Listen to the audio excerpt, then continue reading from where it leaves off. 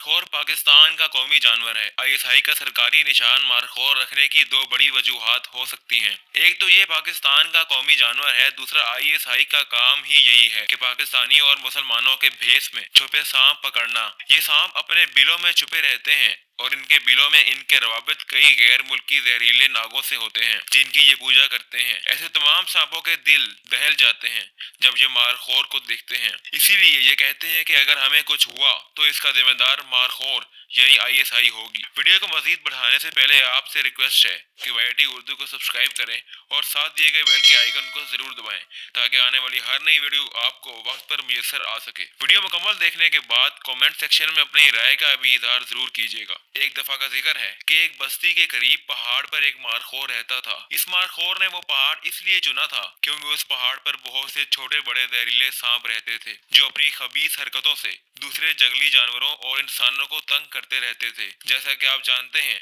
कि मारखोर सांप खा जाता है, तो इन सांपों का वो शिकार किया करता था। आहिस्ता आहिस्ता पहाड़ पर बसने वाले इंसानी आबादी और तमाम मखलूकात में वो मारखोर मकबूल होता गया। लोग इसे निजात दहिंदा समझने लगे और इसे प्यार करने लगे। दूसरी तरफ सांपों में खलबली मची हुई थी। वो दिन रात मारखोर को डसने का सोचते रहते, मगर जैसे ही कोई उनके करीब आता मारा जाता। फिर जब कोई सांप मारखोर के हाथों मारा जाता तो ये बात उनके खानदानों में बड़ी इज्जत की बात समझी जाती थी। जब किसी सांप के मरने की खबर आती तो सब सांप खूब रोते, आंसू बहाते और मरने वाले सांप के दोस्तों और रिश्तेदारों की तो अच्छी खासी मशहूरी हो जाती थी कि बेचारा जुल्म के खिलाफ सच्चाई की जद्दोजहद करता मारा गया। आहिस्ता आहिस्ता जब इन सांपों ने देखा कि मारखोर को बुराए रास्त मुकाबला करके मारना नामुमकिन है, तो उन्होंने एक खतरनाक मंसूबा बनाया।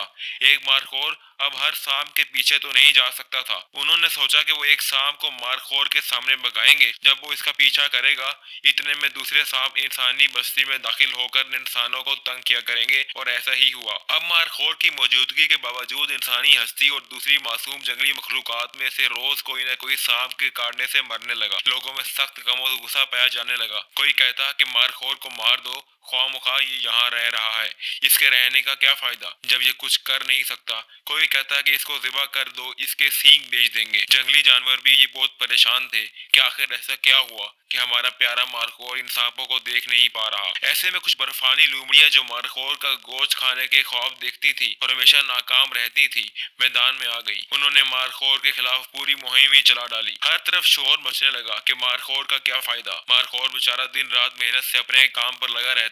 इसे खबर ही न थी कि इसे प्यार करने वाली मखलूकात अब इसकी दुश्मन बनती जा रही हैं, इसके खिलाफ साजिशें सुनती हैं और इसके दुश्मनों की हर बात को यकीन करती जा रही हैं। अब मारखोर तक भी वो नफरत पहुंचने लगी थी और इसे नजर आ रहा था कि इसका वहां रहने का अब कोई फायदा नहीं। उदास दिल के साथ एक रात वो बस्ती के करीबी वीराने की तरफ जाने वाले रास्ते पर बैठा था कि उसने कुछ सांप देखे। मारखोर की भूख तो कब की मिट चुकी थी, उसने इनका पीछा नहीं किया। अब सांपों को बड़ी हैरत हुई कि ये पीछे क्यों नहीं आ रहा। अगर ये जल्दी ना आया तो बस्ती में जाने वाले सांपों को देख लेगा और इनका पोल खुल जाएगा। ये सोचकर वो सांप शोर मचाने लगे, जानबूझकर उसके आसपास मंडलाने लगे। मारखोर को ये बात कुछ अजीब लगी। वो हकीकत जाने सोने का बहाना करने लगा। अब इन सांपों ने सोचा कि शायद अब हमें इससे कोई खतरा नहीं रहा क्योंकि इसको अब इसके चाहने वालों की हमायत हासिल नहीं रही।